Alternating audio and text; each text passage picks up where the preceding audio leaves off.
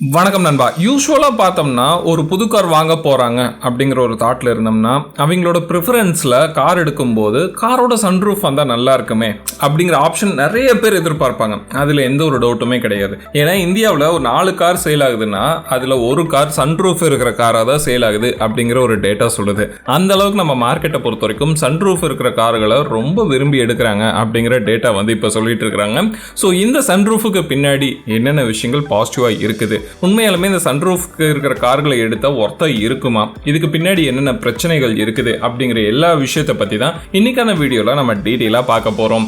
இந்த வீடியோ கம்ப்ளீட்டாக பார்த்ததுக்கு அப்புறம் சன்ரூஃப் வச்ச கார் வாங்கலாமா வேணாமா அப்படிங்கிற தாட் உங்களுக்கு இருந்துச்சுன்னா அதை இந்த வீடியோ கிளாரிஃபை பண்ணும் அப்படிங்கிறதுல எந்த ஒரு டவுட்டும் இல்லை. நீங்கள் நம்ம சேனலுக்கு புதுசாக இருந்தீங்கன்னா மறக்காம சப்ஸ்கிரைப் பண்ணிக்கோங்க. சரி, வாங்க வீடியோக்குள்ளே போகலாம்.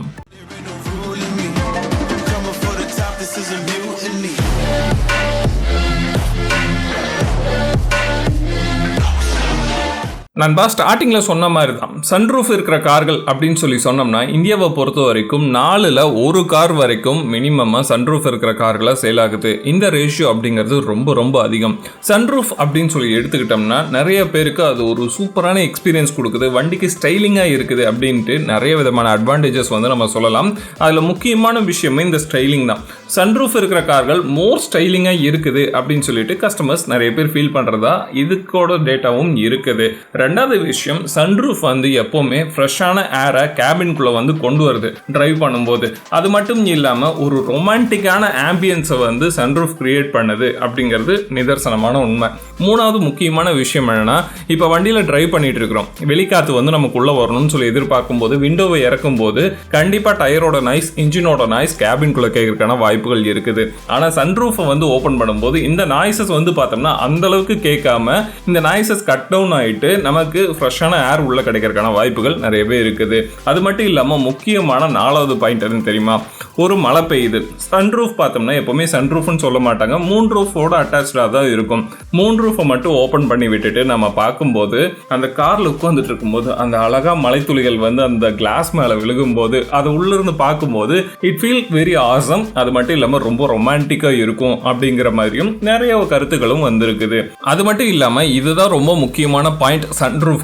சன்ரூஃப் இருக்கிற கார்கள் யூஸ்வலாக பார்த்தோம்னா கோல்டான சுச்சுவேஷனில் ஓட்டுறதுக்கு ரொம்ப கன்வீனியன்ட்டாக இருக்கும். ஏன்னா கோல்டான சுச்சுவேஷனில் சன்ரூஃபில் இருக்கிற 3 ரூஃப் மட்டும் ஓப்பன் பண்ணி விட்டோம்னா போதும், கேபின்குள்ள நல்ல ஒரு வெளிச்சம் கிடைக்கும். அது மட்டும் இல்லாமல் கொஞ்சம் ஹீட் ஆகிறதுக்கான வாய்ப்புகளும் இருக்குது. இந்த மாதிரி விஷயத்தினால சன்ரூஃப் ரொம்ப ஹெல்ப்ஃபுல்லாக இருக்குது. இது எல்லாமே சன்ரூஃபோட மிகப்பெரிய அட்வான்டேஜஸாக பார்க்கப்படுது.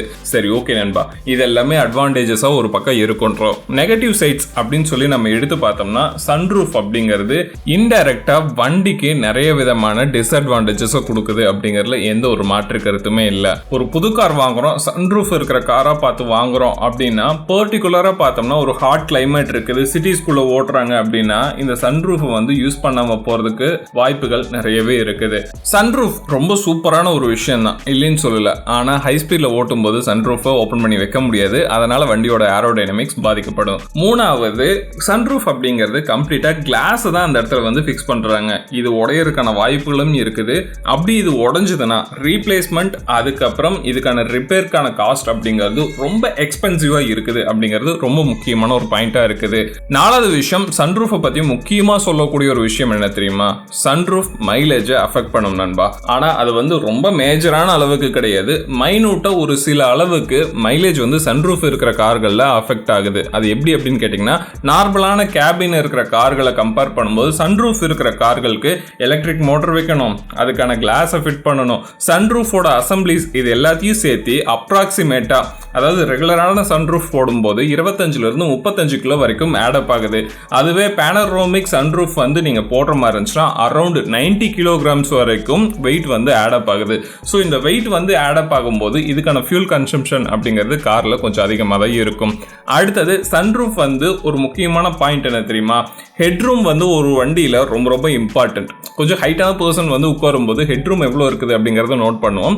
சன்ரூஃப் இருக்கிற கார்களில் இந்த ஹெட்ரூம் அடி வாங்குறதுக்கான வாய்ப்புகள் நிறையவே இருக்குது. ஏன்னா சன்ரூஃப்கான காம்பனன்ட்ஸ் எல்லாத்தையும் இன்ஸ்டால் பண்ணுறது கேபின்குள்ளே வச்சு தான் இன்ஸ்டால் பண்ணுவாங்க. ஸோ அப்போது வண்டியோட ஹெட்ரூம் வந்து சாலிடாகவே குறையும். அடுத்தது ரொம்ப முக்கியமான பாயிண்ட், புது கார் எடுக்கும்போது சன்ரூஃப் இருக்கிறது பார்க்கறக்கு அழகாகவும் ஸ்டைலிஷாகவும் இருந்தாலும் நண்பா, காரோட வயசு ஆக ஆக அது வந்து கொஞ்சம் பார்த்தோம்னா பழைய மாடல் ஆகும்போது இந்த சன்ரூஃப் இருக்கிற ஏரியா இருக்குது இல்ல, அதோட ஸ்ட்ரக்சரல் இன்டெகிரிட்டி பார்த்தோம்னா அஃபெக்ட் ஆகிறதுக்கான வாய்ப்புகள் இருக்குது. அது மட்டும் இல்லாமல் சன்ரூஃப் வந்து அட்டாச் பண்ணியிருக்க பிளேஸ் இருக்குது பார்த்தோம்னா அந்த இடம் சீக்கிரமாகவே ரஸ்ட் இஷ்யூ வர்றதுக்கான வாய்ப்புகள் நிறையவே இருக்குது. ஸோ இந்த ஒரு விஷயம் இது அடிஷ்னலாக இந்த இடத்துல வந்து ஒர்க் ஆகுது. அது மட்டும் இல்லாமல் இந்த நீங்கள் ரீப்ளேஸ் பண்ணணும் அப்படின்னு சொல்லி நீங்கள் எடுத்தீங்கன்னா electrical components, mechanical assemblies, rubber, glass இது எல்லாமே பார்த்தோம்னா நீங்கள் ரெகுலரான மெயின்டெனன்ஸ் கொடுத்துக்கிட்டே இருக்கணும் நண்பா. ஒருவேளை இதுக்கான அட்டென்ஷன் நீங்கள் கொடுக்காம விட்டுட்டீங்கன்னா முன்னாடி சொன்ன மாதிரி தான் ரஸ்ட் வரும். அதுக்கடுத்து பார்த்தோம்னா லீக் ஆக ஆரம்பிக்கும். மழை பெஞ்சதுன்னா வண்டிக்குள்ளே தண்ணி ஒழுகும். சர்வீஸ்க்கு விட்டிங்கன்னா கூட உள்ள வண்டிக்குள்ளே தண்ணி ஒழுகிட்டு இருக்கும். இந்த மாதிரி ப்ராப்ளம்ஸ் எல்லாமே சன்ரூஃபை ப்ராப்பராக மெயின்டைன் பண்ணலைன்னா இந்த ப்ராப்ளம்ஸ் வரதுக்கான வாய்ப்புகள் நிறையவே இருக்குது.